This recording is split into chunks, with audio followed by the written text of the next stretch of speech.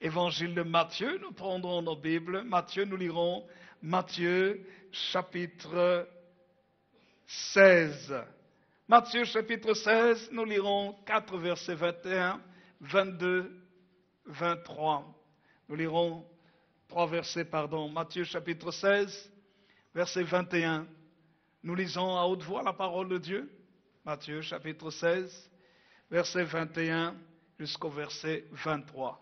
Tous ensemble, lisons la parole. Est-ce qu'on peut se lever pour la lecture de la parole de Dieu? Levons-nous ensemble et proclamons ces versets ensemble. Matthieu chapitre 16, versets 21 à 23. Pour ceux qui sont nouveaux dans l'église et qui n'ont pas de Bible, vous pouvez suivre sur l'écran, ou si vous avez une Bible, vous pouvez aussi lire dans votre Bible. Matthieu chapitre 16, versets 21 à 23, nous proclamons la parole de Dieu. Lisons ensemble, je vous prie. Lisons.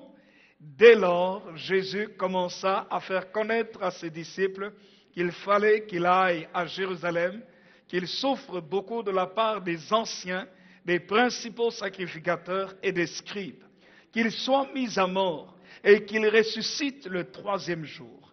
Pierre, l'ayant pris à part, se mit à le reprendre et dit: à Dieu ne plaise, Seigneur, cela ne t'arrivera pas.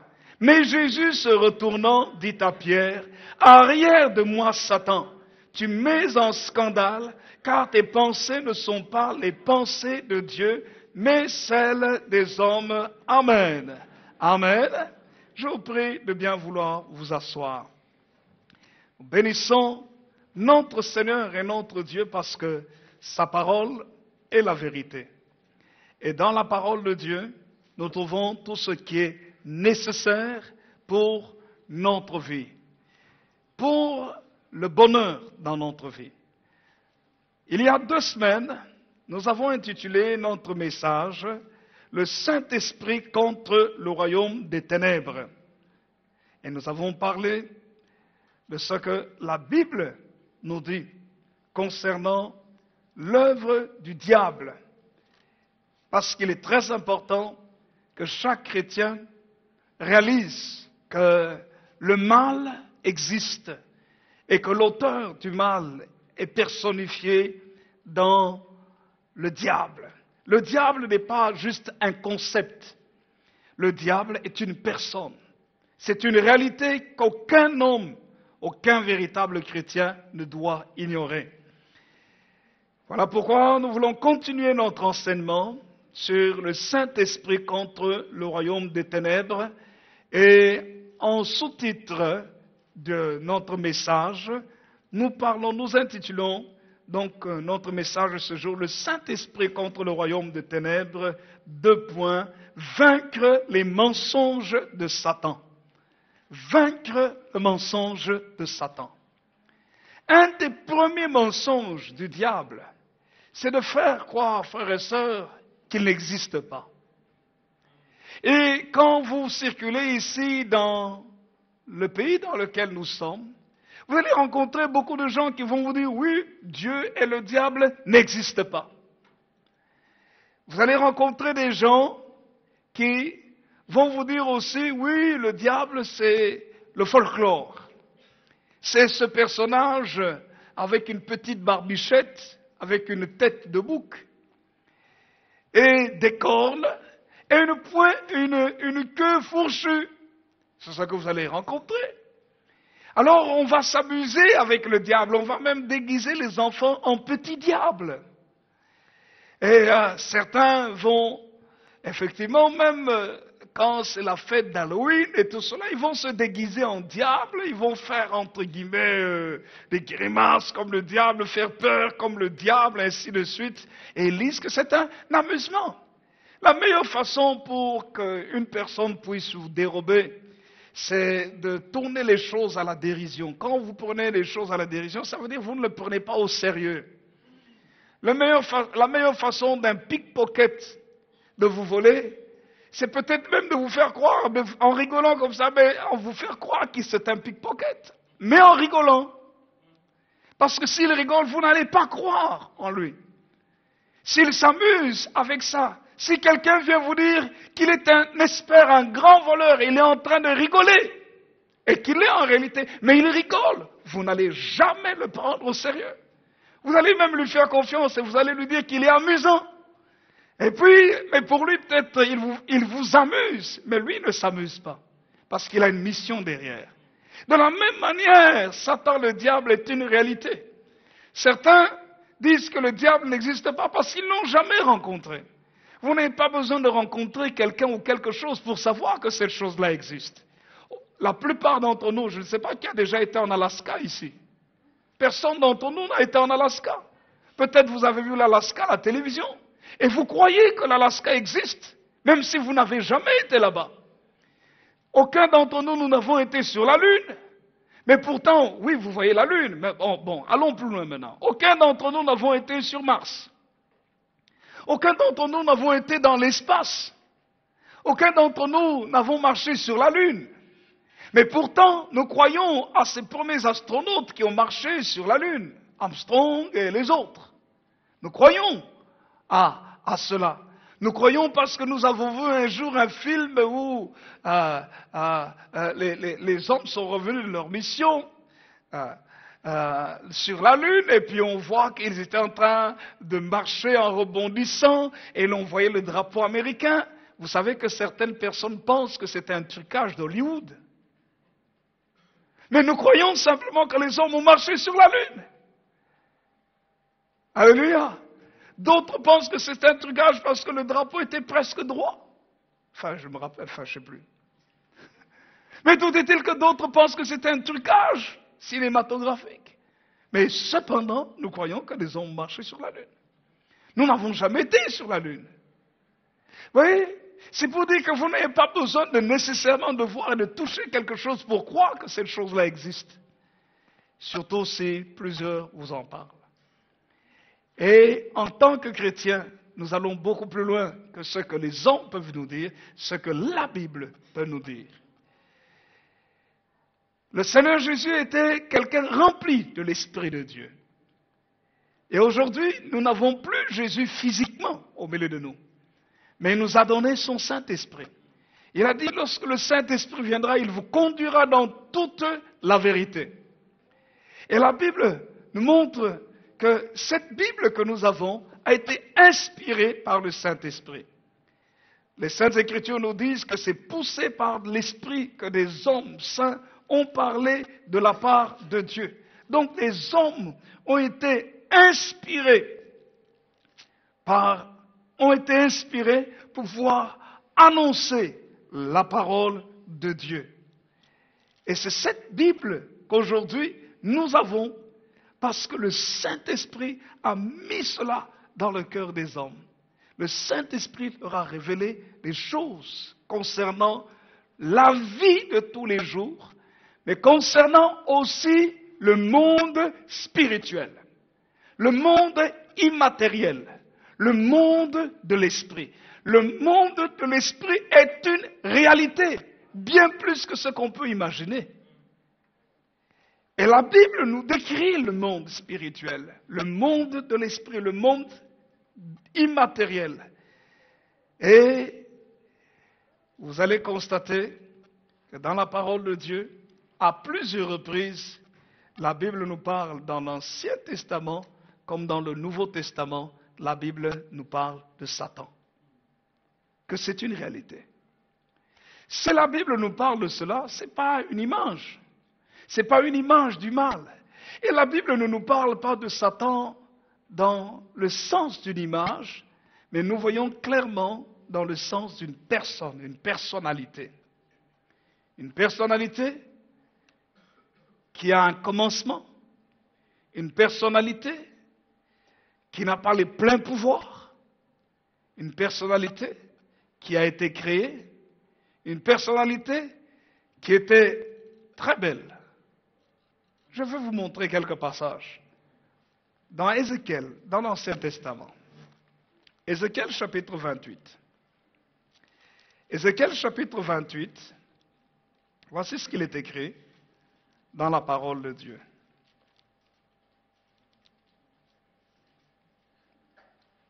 Nous lisons à partir du verset 11.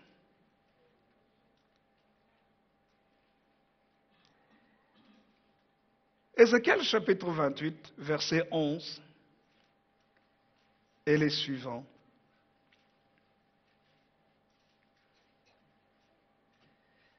Nous lisons jusqu'au verset 19. La parole de l'Éternel, est-ce qu'on peut lire ensemble? Lisons ensemble, je vous prie. Lisons. La parole de l'Éternel me fut adressée en ces mots.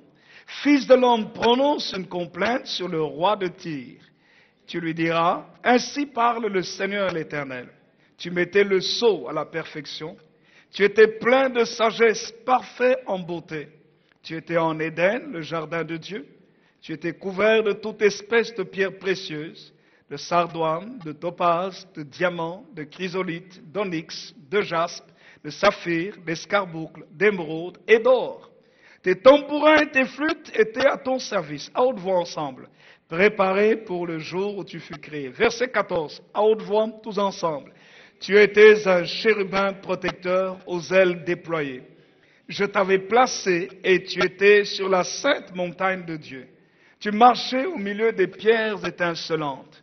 Tu as été intègre dans tes voies depuis le jour où tu fus créé, jusqu'à celui où l'iniquité a été trouvée chez toi. Par la grandeur de ton commerce, tu as été rempli de violence et tu as péché. Je te précipite de la montagne de Dieu et je te fais disparaître, chérubin protecteur, du milieu des pierres étincelantes. Ton cœur s'est élevé à cause de ta beauté. Tu as corrompu ta sagesse par ton éclat. Je te jette par terre. Je te livre en spectacle au roi. Par la multitude de tes iniquités, par l'injustice de ton commerce, tu as profané tes sanctuaires. Je fais sortir du milieu de toi un feu qui te dévore. Je te réduis en cendres sur la terre, aux yeux de tous ceux qui te regardent. Tous ceux qui te connaissent parmi les peuples sont dans la stupeur à cause de toi. Tu es réduit à rien, tu ne seras plus à jamais. Amen. Quelqu'un peut dire un vrai Amen. En lisant Ézéchiel chapitre 28, vous allez constater qu'il y a deux réalités. La première réalité commence à partir du verset 1er jusqu'au 10e verset. Et vous voyez qu'on parle ici, au premier verset, du prince de Tyr, au verset 2. On parle d'un prince. Et quand vous lisez, vous voyez que ce prince ici dit, je suis sur le siège de Dieu. Il dit, je suis Dieu, ton cœur s'est élevé. Il dit, verset 10, verset 4, par ta sagesse et par ton intelligence, tu t'es acquis des richesses, tu as amassé de l'or et de l'argent, des trésors, etc., etc. Et puis, il dit, au verset 9, en face de ton meurtrier, diras-tu, je suis Dieu. Tu seras homme et non Dieu, sous la main de celui qui te tuera. Tu mourras de la mort des incirconcis par la main des étrangers, car moi j'ai parlé, dit le Seigneur l'Éternel. Donc nous voyons ici qu'on parle d'abord d'un homme. Un homme qui est dans la ville de Tyr. La ville de Tyr, c'était une ville très commerçante, qui avait beaucoup de richesses. Et il y avait l'idolâtrie, et il y avait une divinité de Baal. C'est une idole qui était adorée, que l'on considérait comme un dieu. Et voilà que les Saintes Écritures nous parlent ici du prince de Tyr. C'était un homme qui régnait et qui manifestait l'orgueil dans son cœur en disant « Je suis Dieu, je suis assis sur le siège de Dieu au sein des mers. » Donc, il s'exaltait au niveau de la divinité. Et d'ailleurs, cela n'est pas étonnant quand nous voyons dans l'histoire les empereurs romains, les Césars, c'était des dieux vivants.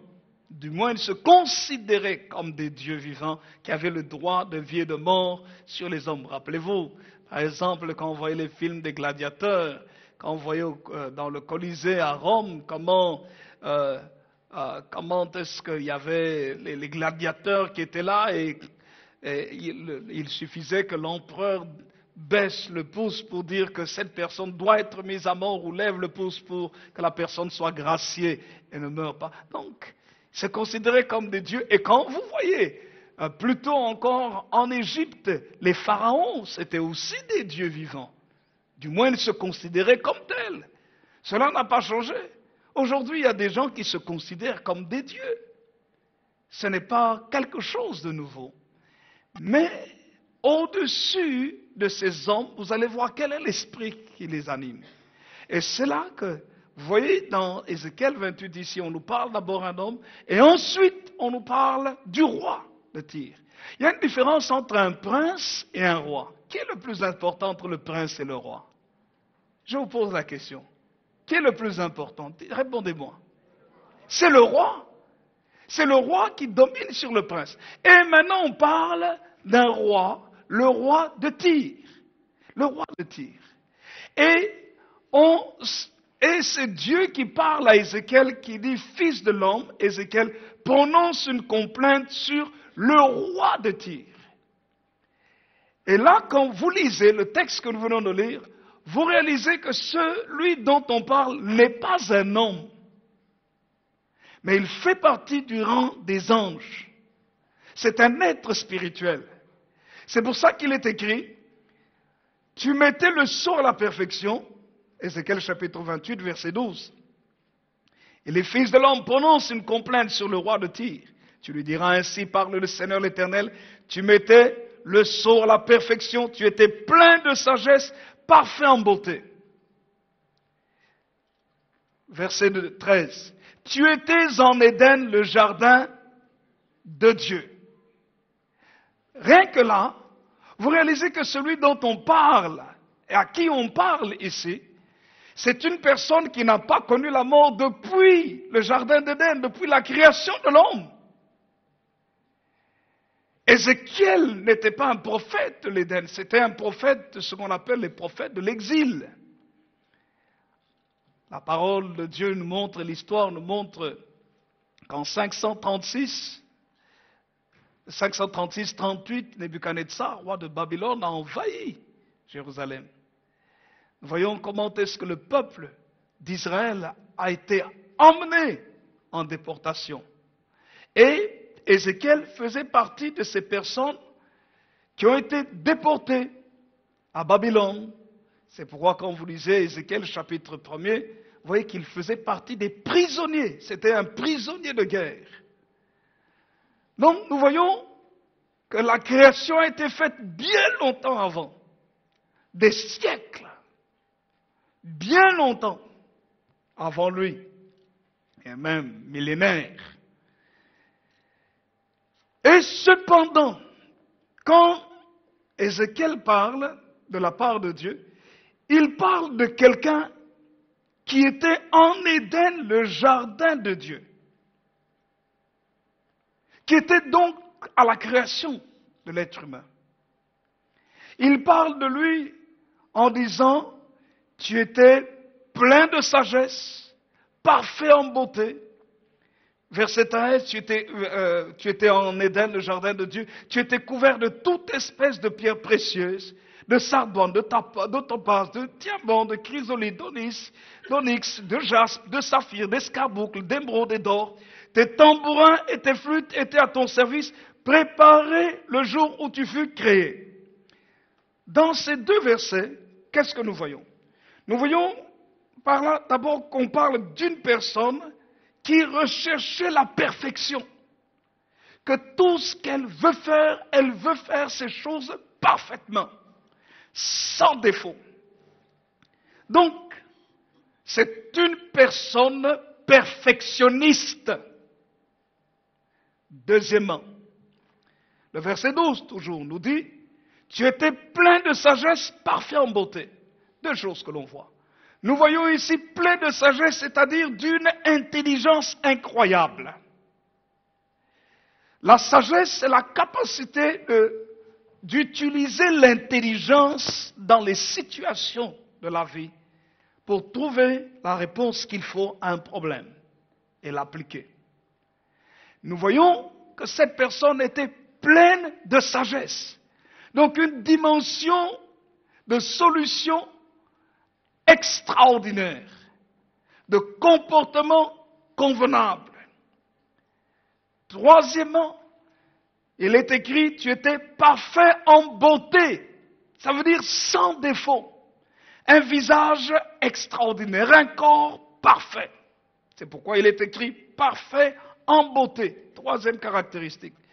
Quatrième caractéristique, cette personne s'est retrouvée dans un lieu. Le lieu qu'on appelle le jardin d'Éden, le jardin des délices. Cinquième caractéristique que nous voyons, c'est la richesse. Au verset 13, il est écrit, tu étais couvert de toute espèce de pierres précieuses, de sardoine, de topaz, de diamant, de chrysolite, d'onyx, de jaspe, de saphir, d'escarboucle, d'émeraude, d'or. C'est le symbole de la richesse. Une richesse incommensurable. Il est écrit, tu étais couvert. C'est pour nous montrer la richesse que cette personne possédait, avait. Sixième caractéristique, la fin du verset 13 nous dit, tes tambourins et tes flûtes étaient préparés à ton service. Étaient à ton service préparés le jour où tu fus créé. La sixième caractéristique, c'est la musique.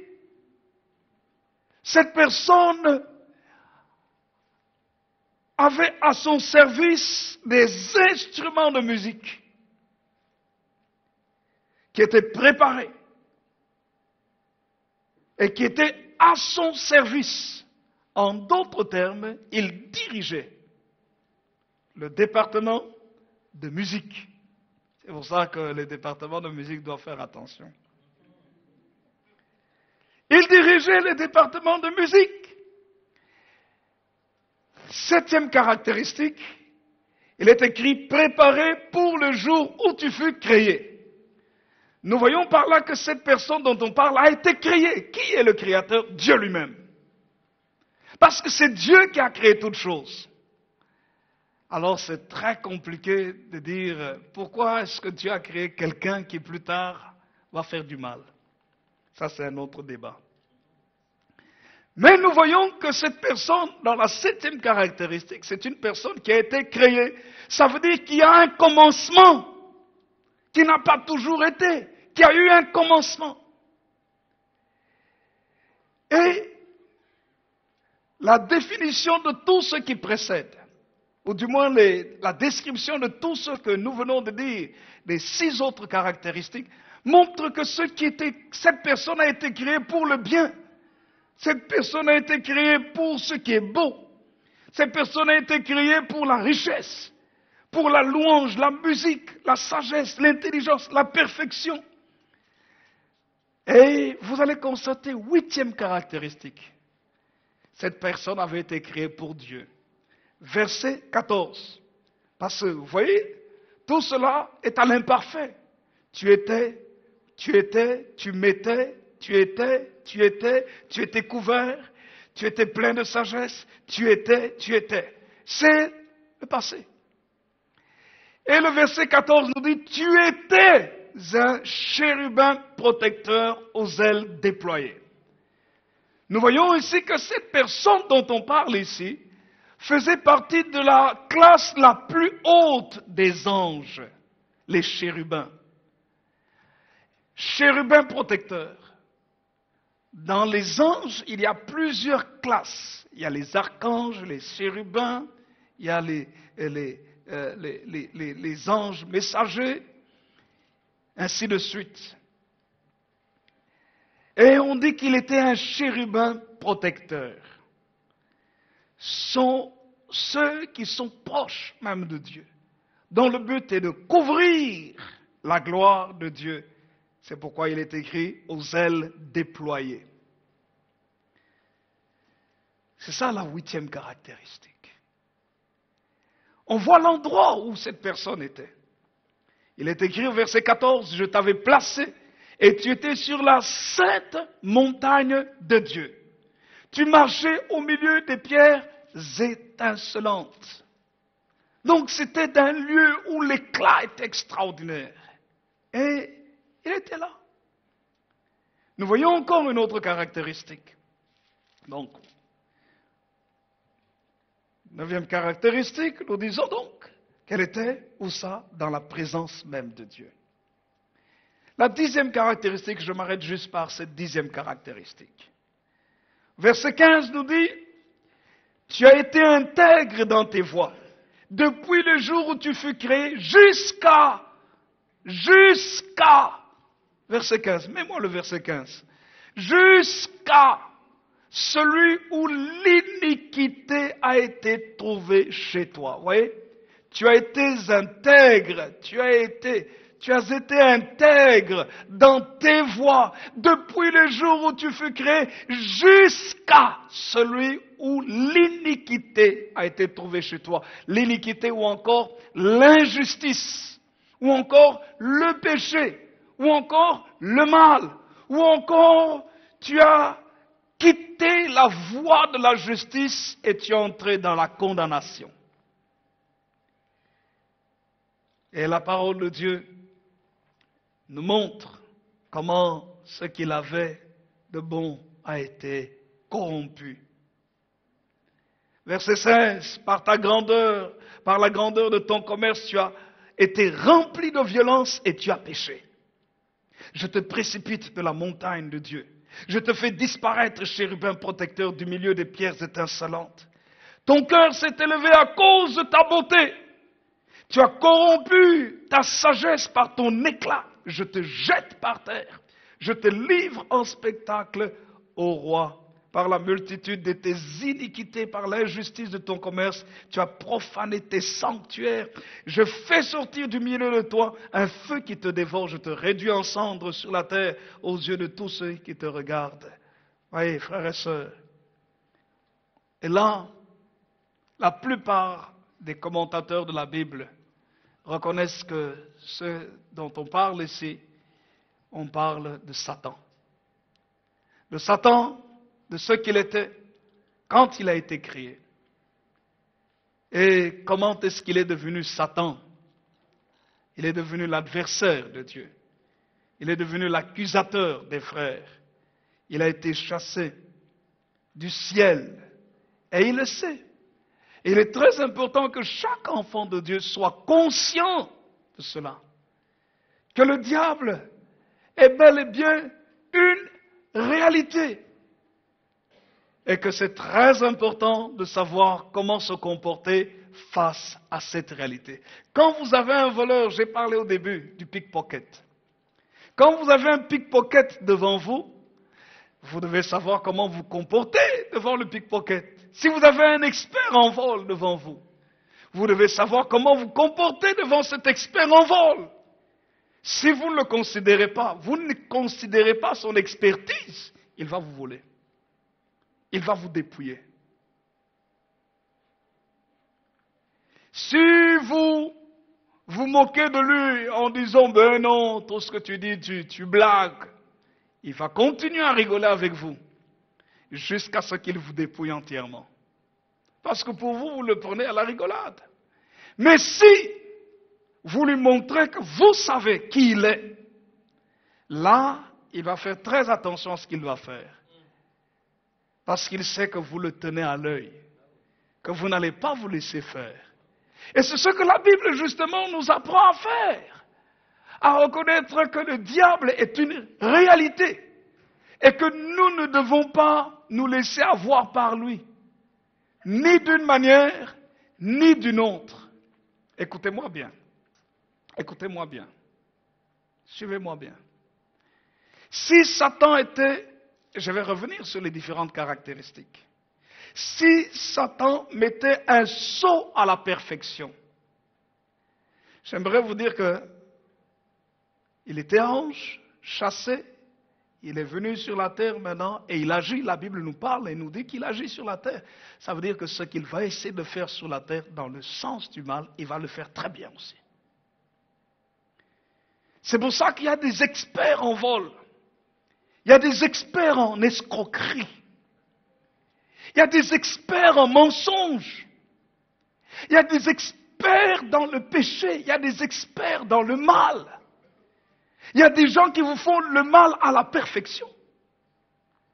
Il y a des gens qui sont dans l'impudicité à la perfection impudique. Il y a des gens qui sont des grands bandits, des experts en banditisme.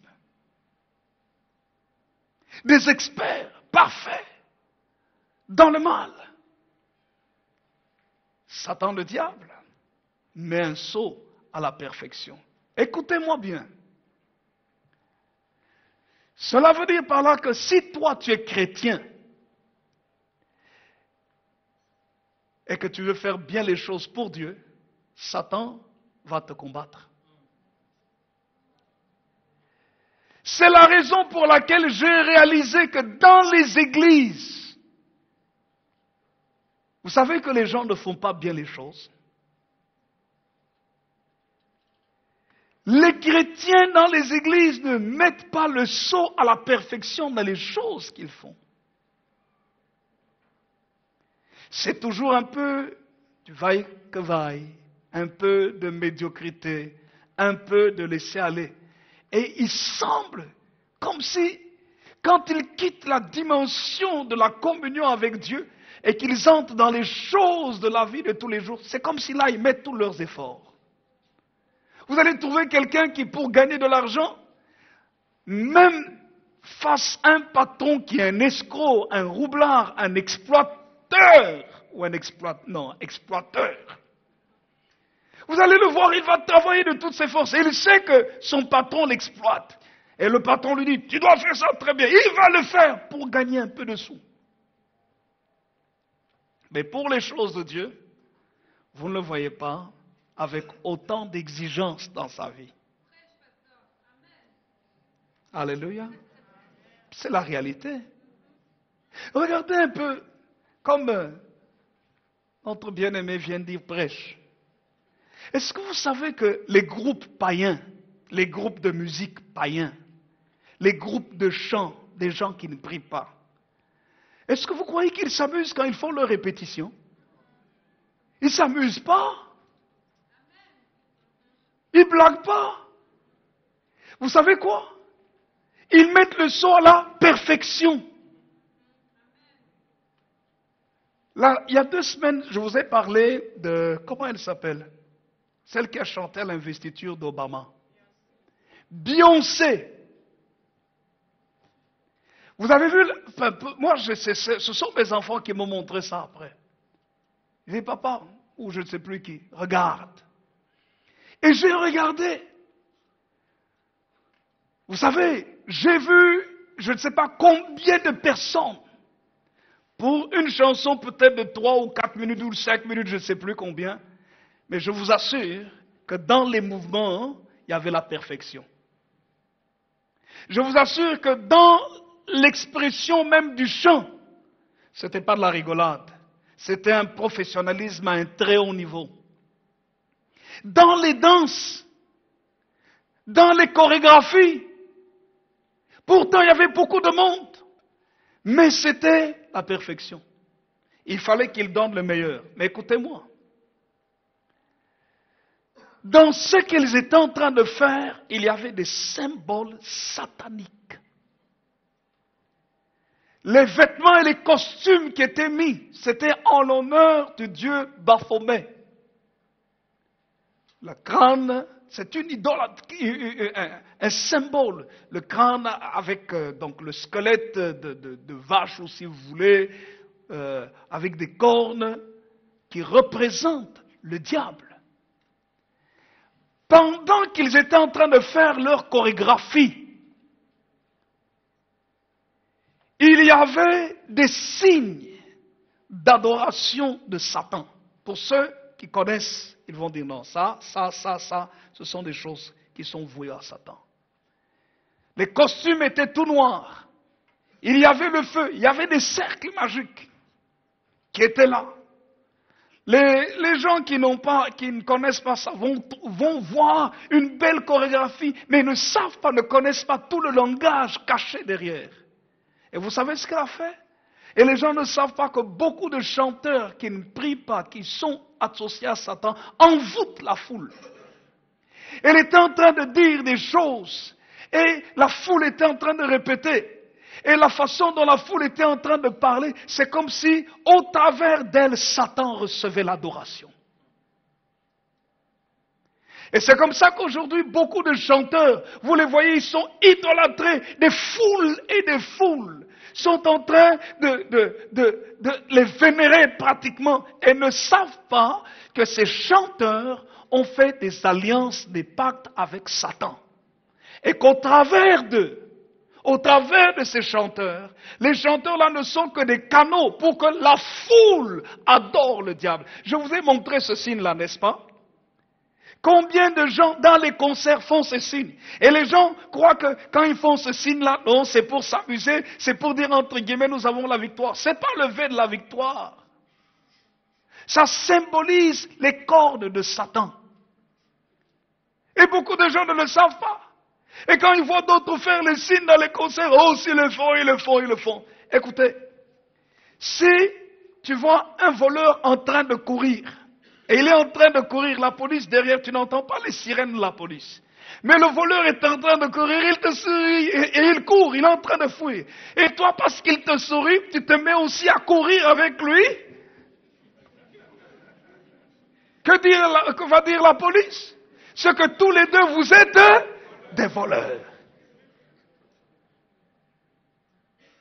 Alléluia.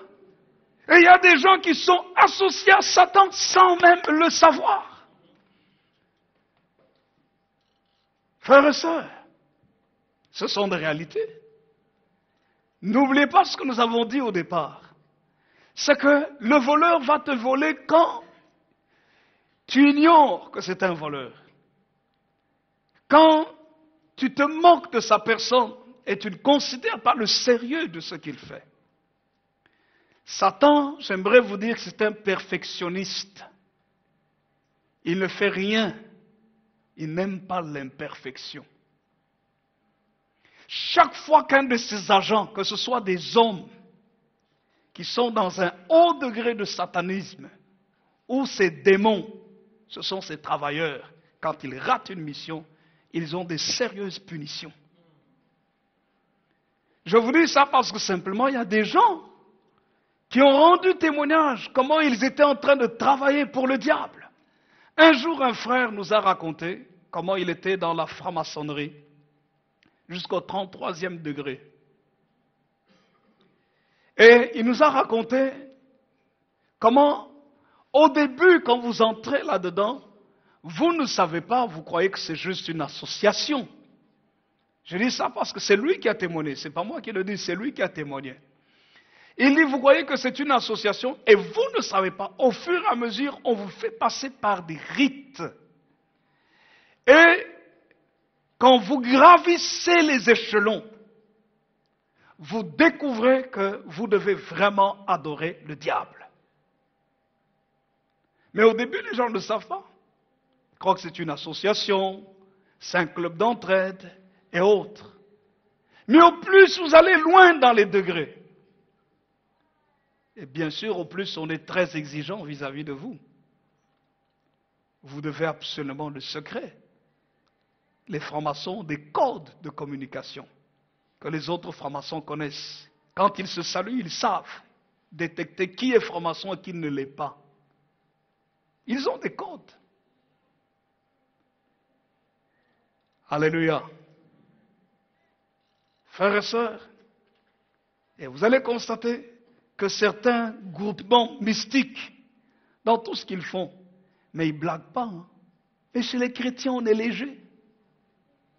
On vous dit de chanter à la chorale, vous négligez. On vous dit de venir à la répétition, vous êtes en train de regarder la télévision.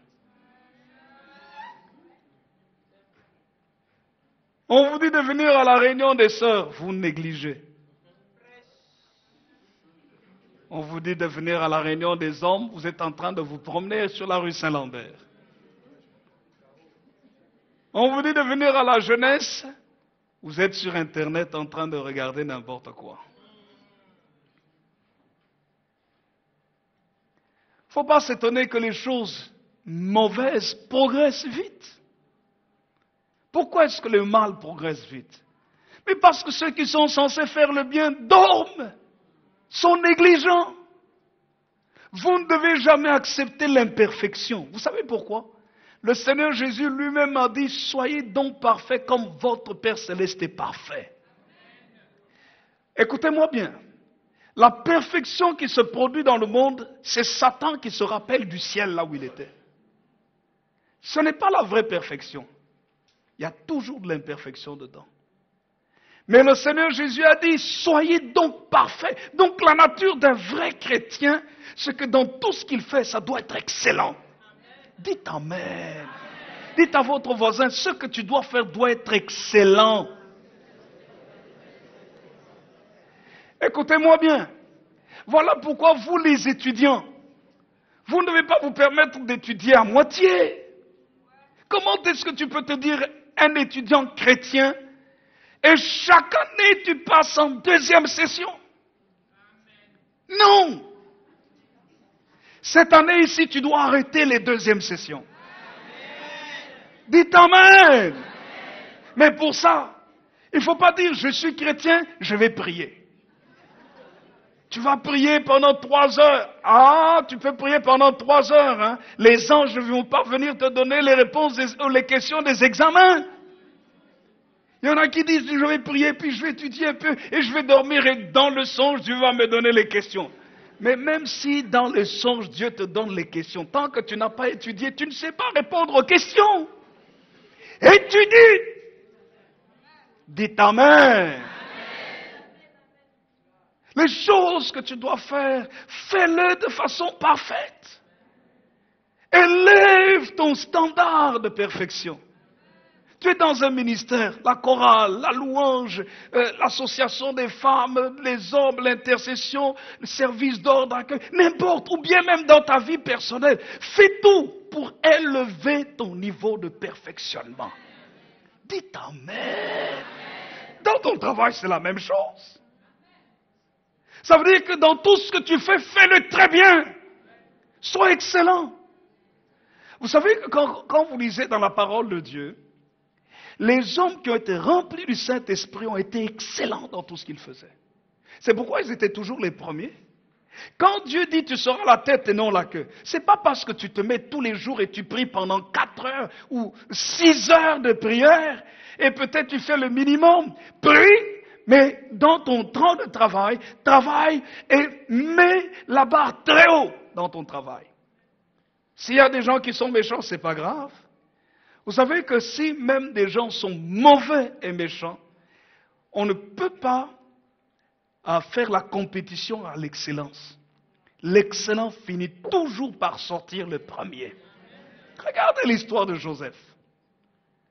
La Bible nous parle de l'histoire de Joseph dans Genèse à partir du chapitre 37. Vous allez dire que c'était un jeune homme, 17 ans, haï par ses propres frères. Derrière la haine de ses frères, c'est la haine de Satan. C'est que Satan utilise même parfois les membres de famille pour pouvoir faire du mal aux autres. C'est pour ça que dans la famille, il faut beaucoup prier. Il y a des gens qui ont des mauvais cœurs aussi dans la famille. Mais entre nous, c'est pour ça qu'un homme ne doit pas avoir beaucoup de femmes. Je répète, c'est pour ça qu'un homme ne doit pas avoir beaucoup de femmes. Je répète encore, c'est pourquoi un homme ne doit pas avoir beaucoup de femmes. Je répète encore, c'est pourquoi un homme ne doit pas avoir beaucoup de femmes. Je répète encore, un homme ne doit pas avoir beaucoup de femmes. J'entends que les femmes qui disent Amen, les hommes devraient dire aussi un vrai Amen.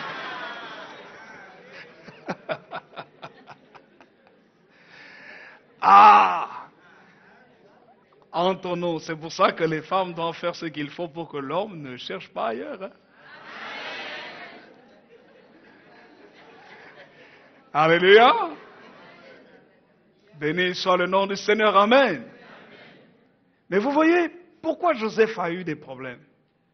Mais parce que son père avait plusieurs femmes. C'était malgré lui. Ce n'est pas lui qui l'avait choisi. C'était les circonstances. C'est dangereux, certaines circonstances. C'est pour ça qu'il faut prier le Seigneur pour ne pas être dans des circonstances où on a plusieurs femmes. Et Joseph est né dans ces circonstances-là. Son père avait d'abord la grande sœur Léa. Il ne l'avait pas cherché, c'est son beau-père qui l'a trompé. Il a eu une première femme. Il dit, mais non, ce n'est pas cette femme que moi je voulais. Vous savez, parce que le mariage, là, ce n'est pas comme les voiles transparents aujourd'hui que les femmes viennent. Non, c'est des voiles intégrales. La burqa. Vous ne voyez rien. Alors vous pouvez croire que c'est la femme, et puis elle ne dit rien. Vous n'entendez pas le son de sa voix. Et on fait la cérémonie, vous ne la voyez pas. Et puis, bon. Et c'est dans la chambre, la nuit de noces, que vous vous rendez compte. Vous pouvez vous rendre compte?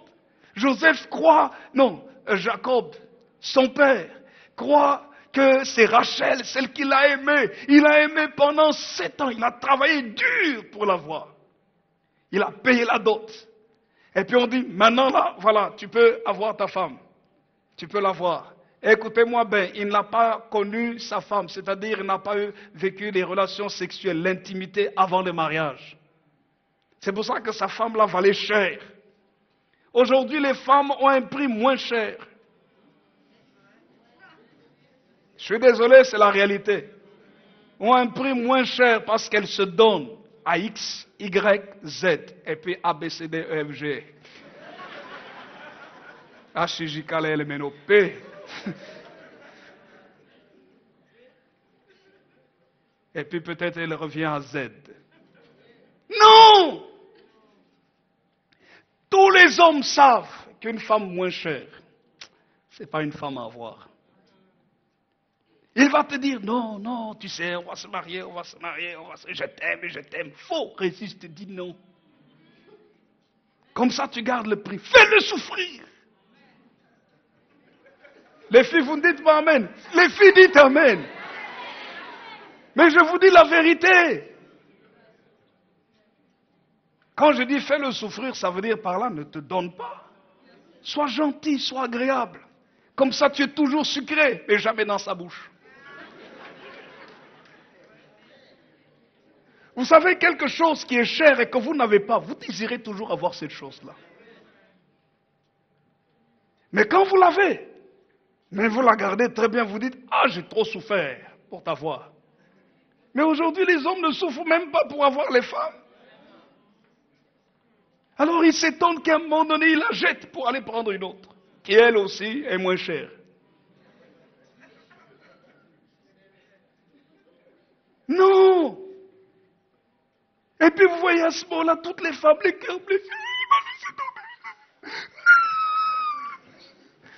ça va pas, je vais me suicider. Non! Comprends ta valeur, tu as beaucoup de valeur. Écoutez-moi bien. Vous savez pourquoi les femmes souffrent autant? Parce que les femmes sont belles. C'est la réalité.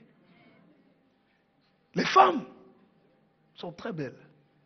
En commençant par ma femme. Mais c'est la réalité, hein? Je me pose toujours la question, personnellement, qu'est-ce qu'une femme trouve de beau chez un homme? Je vous dis la vérité, je vous expose mon cœur. Parfois, je réfléchis, je dis, mais c'est quoi? Mais vous allez me poser la question, qu'est-ce qu'un homme trouve de beau chez une femme? Ah! L'homme va vous dire, j'aime ça. Il y a plusieurs choses à dire.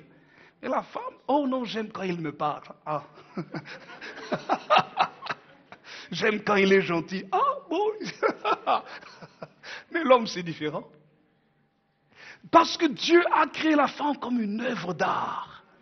Chaque femme est un vase précieux. Chaque femme a tellement de valeur qu'elle doit comprendre sa valeur. Dieu a placé la beauté dans la femme. Chaque femme est belle, même celle qui se considère moins belle. Elle est belle. Il n'y a aucune femme qui est vilaine. Parce que la beauté est relative en fait.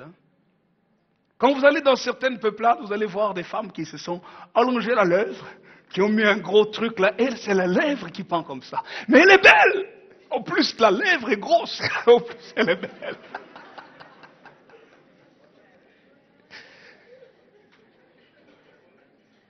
C'est relatif. Alléluia. Mais pour elle, elle est belle. Alléluia. Mais c'est la vérité. Dieu a fait la femme une œuvre d'art. Écoutez-moi. Satan, qui aimait la beauté, n'oubliez pas, il est écrit, tu étais quoi? Par rapport à la beauté, tu étais parfait en beauté. Ça veut dire que le diable aime tout ce qui est beau, mais pour le pervertir. C'est là que chaque femme doit faire attention, surtout si tu es très belle. Ou si tu entends que les gens te disent, oh, elle est belle. Ou les femmes te disent aussi, oh, elle est belle, elle est belle. Ou que même tu es un homme et les gens disent, oh, il est beau, il est beau, il est beau, il est beau. Ah, fais attention à toi.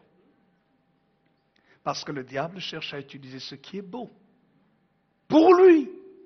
Mais c'est pour dévaloriser la nature de la beauté. Et c'est comme ça que vous allez trouver parmi les femmes les plus sales dans le péché. Ce sont des belles femmes.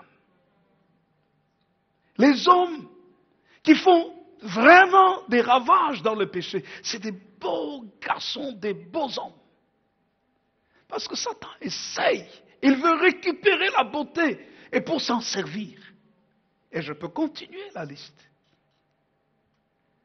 Mais un vrai enfant de Dieu doit avoir pour base les principes de la parole. Alléluia. Frères et sœurs,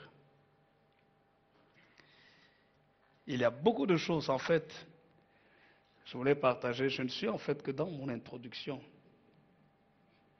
de ce message. Pour nous montrer que les différentes caractéristiques que le diable a, il veut les utiliser, mais dans un mauvais sens. Si on parle de la richesse, vous allez constater aussi comment est-ce qu'aujourd'hui, parmi les gens qui sont des multimilliardaires, il y a des bandits, il y a des escrocs, il y a des gens qui vendent des cigarettes, de la drogue, des substances toxiques, juste pour le but de s'enrichir, d'être enveloppés de pierres précieuses, d'or, de richesses et autres. Derrière, il y a le programme de Satan. Mais n'oubliez pas que toutes ces choses ont été faites d'abord pour les enfants de Dieu. La sagesse, la beauté, la richesse, l'intelligence, tout ça a été créé par Dieu pour servir à la gloire de Dieu.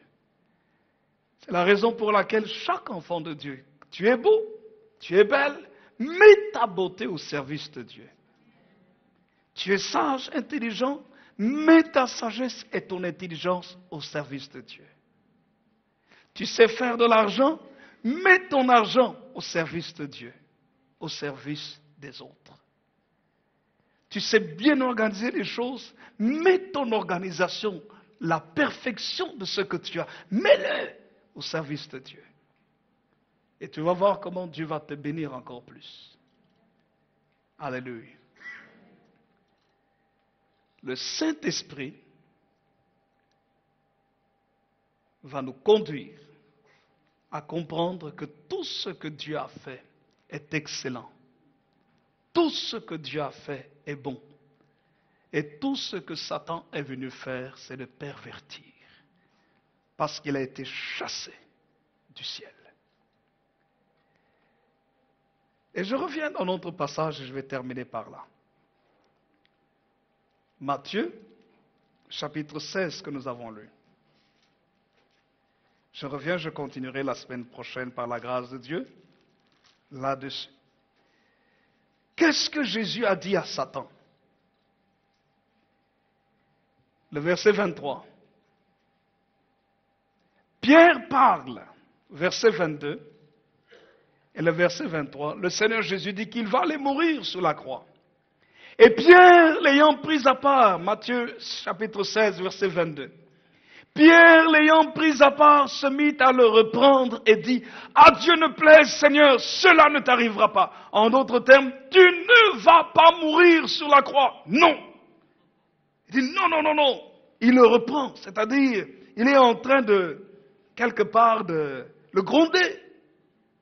En disant, non, comment est-ce que tu vas faire ça? À Dieu ne plaise, Seigneur, cela ne t'arrivera pas. Tu ne vas pas aller mourir. Qu'est-ce que tu es en train de dire? Ça, c'est moi qui rajoute. Le verset 23. Mais Jésus se retournant, dit à Pierre, arrière de moi, Satan. Tu mets en scandale. Car tes pensées ne sont pas les pensées de Dieu, mais celles des hommes. Qu'est-ce que nous comprenons? Si Jésus lui-même dit « arrière de moi, Satan », c'est que Jésus lui-même reconnaît la réalité du diable.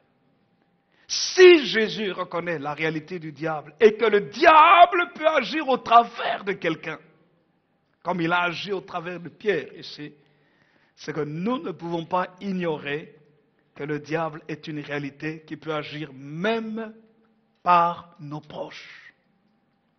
Et qu'il faut faire attention. Il faut faire attention à ce qui peut sortir de la bouche même de nos proches, quand cela est contraire à la pensée et à la volonté de Dieu. Mais écoutez-moi bien, il faut faire attention à nous-mêmes aussi de ne pas être utilisés par Satan, comme Pierre a été utilisé par le diable. Sa pensée a été corrompue par la pensée du diable. Nous devons faire attention que notre pensée, nos paroles, nos cœurs ne soient pas corrompus par les mauvaises choses du diable. J'aimerais vous dire, frères et sœurs, qu'aujourd'hui, dans le monde dans lequel nous sommes, Satan est en train de libérer sa corruption à tous les niveaux. À tous les niveaux. Voilà pourquoi nous devons faire attention et nous donner entièrement à Jésus. Et dire, Seigneur, s'il te plaît, je ne veux pas que l'esprit de Satan remplisse ma vie, mais je veux que le Saint-Esprit remplisse ma vie. Quand le Saint-Esprit remplit ta vie, il te remplit de la pensée de Dieu. Il te remplit des sentiments nobles et il t'amène à comprendre que tout ce que Dieu a fait est bon. Que tu peux être très belle et ta beauté peut être respectée. Tu peux être très intelligent ou intelligente et utiliser ton intelligence et ta sagesse pour la gloire de Dieu. Tu peux travailler, faire des affaires et tu peux gagner beaucoup d'argent et utiliser cet argent pour le royaume de Dieu. Tu peux être dans la musique, être un musicien professionnel ou un chanteur, une chanteuse professionnelle. Et au lieu que le diable t'utilise pour envoûter les autres, mais Dieu t'utilise pour amener le réconfort, la guérison dans le cœur des autres et amener le cœur des gens à Jésus. Alléluia. Frères et sœurs, je continuerai cet enseignement, mais que le Seigneur notre Dieu bénisse sa parole et qu'il bénisse chacun et chacune. Que Dieu bénisse sa parole. Amen.